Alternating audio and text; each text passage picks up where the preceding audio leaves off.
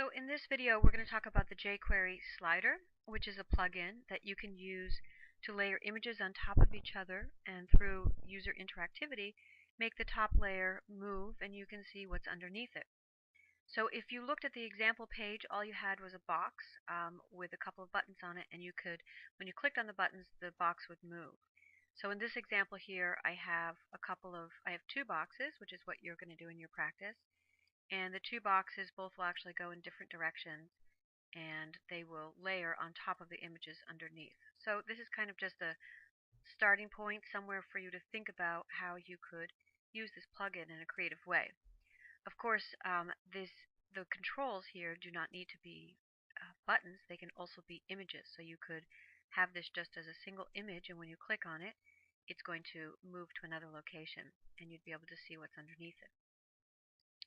So if I move over here to Dreamweaver, I have already downloaded the zip file and unzipped it and defined that folder as my root folder in Dreamweaver. And I also added a folder called Images with a couple of images for me to be able to just use for this practice.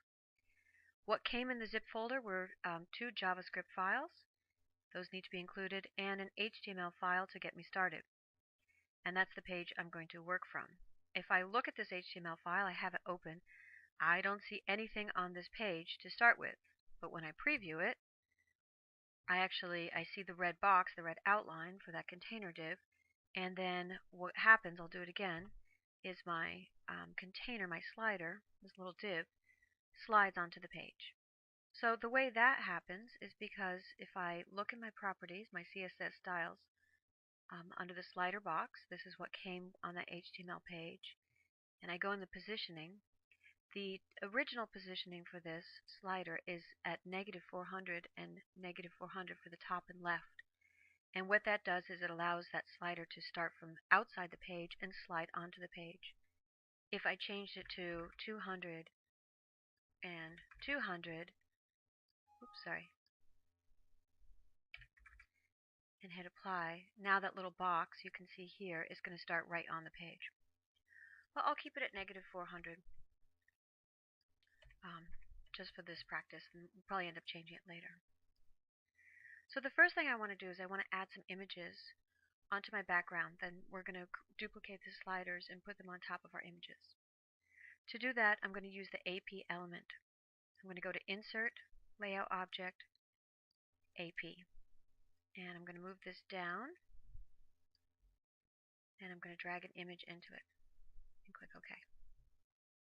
And I'm going to repeat that. I'm going to insert another one. And I'm using the AP element so that I can just control exactly where I want these images to go. It is inside a container that has been set to relative positioning. So this absolute positioning, the AP element, is relative to this container. So now if I save this and preview, what I see is the box goes behind these two images. And what I want is for the box to be on top of these two images. So that's the first thing we're going to change. And that is with our Z index.